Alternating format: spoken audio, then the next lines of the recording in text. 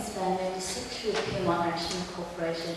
I also represent young families in a developed community that were never forecast when Pyrmont was developed. I have three main concerns with the green planning paper. The first one is that the general premise of the paper seems to be based on an assumption that the majority of the red tape, the bureaucracy and the delays in the current system are caused by community consultation, and that is just not the case. There is no evidence that has been provided to say that if you take community consultation out at the pointy end, it will actually make the system better and more efficient.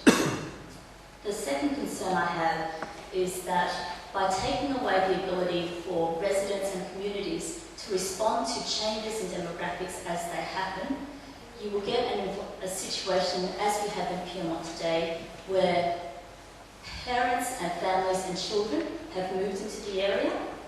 They were never planned for, and we now have a lack of social infrastructure to cater for them. There's no childcare, there are no schools, there is no high school in the area, and it's just one example of changing demographics where all the best strategic planning in the world could never have catered for, and we need the ability to raise those issues as they arise.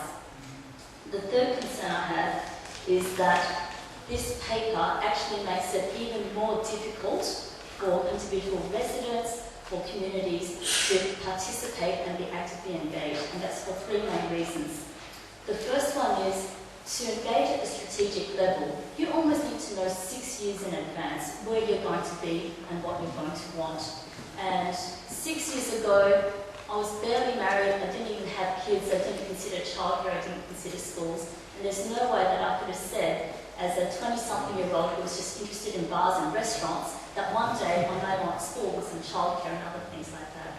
So the ability to participate when it actually matters is just almost completely removed by this paper by only providing one opportunity to engage at the strategic planning level. The second issue is that unlike councils and planners and developers who do this as their day job, residents and communities have other day jobs. We have families and we have lives, and the personal sacrifice it takes for members of the community to respond is significant. And under these reforms, you need to be involved 6 years in advance and for every year after to make sure that what you plan for is committed to every step of the way. And God forbid that you ever move out of the area, because then you have to start again about 6 years for that to happen. So it's actually practically more difficult to engage in a meaningful way where you can actually have a say about the issues that impact you right there and then. And because of all of that, it even further reduces the confidence that people have in engaging in community groups, in having a say, inviting to councillors. And you destroy that confidence of the people to make it worthwhile to even write a letter or to call up their councillors. It brings down what underpins this whole planning system, because you can't plan for people's needs when those needs can't even be voiced at the right stage.